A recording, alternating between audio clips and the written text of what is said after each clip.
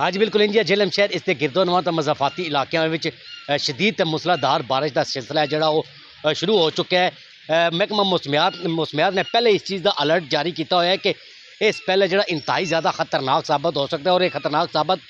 हो रहा है। इस विच क्लाउड बलस्टिंग का भी खदशा जाहिर किया जा रहा है तो फ्लैश फ्लडिंग का भी खदशा है जो जाहिर किया जा रहा है। जिन्हें विच ऐसे मकामात हैं जिथे इस तो पहले भी इंतहाई ज़्यादा बारिश होने तो बाद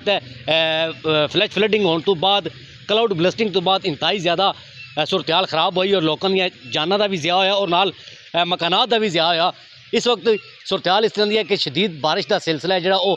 तेज़ी नाल जारी है और ज़िला इंतजामिया की तरफों तमाम तर इंतजामात ने जोड़े मुकम्मल कर ले गए हैं। जो नाला बना तो नाला गांव जोड़े ने इन्हों के करीब तरीन जितनियाँ आबादियाँ ने उन्होंने महफूज मकाम तक मुंतकिल करवा दिता गया है और जिते नशेबी इलाके ने उन्होंने लोगों को हदायत जारी की गई ने कि फौरी तौर पर नकल मकानी करो तो हिफाजती मकाम ने उत्ते मुंतकिल हो। इस वक्त शदीद तो मूसलाधार बारिश का सिलसिला जारी है। शहर के अंदरूने शहर की गल की जाए तो मदनी महल्ले का मकाम जिते पानी है जो जमा हो जाता है और शहरियों को शदीद मुश्किलात का सामना करना पैंदा और सड़कों की सूरत हाल भी बिल्कुल इस तरह की है। Rohtas road, main civil line road, railway road, इस तरह ओल्ड चिट्टी रोड, ये सारे ऐसे इलाके ने जिते पानी जमा होने तो बाद शहरियों को शदीद मुश्किलात का सामना करना पैंदा और शहरियों ने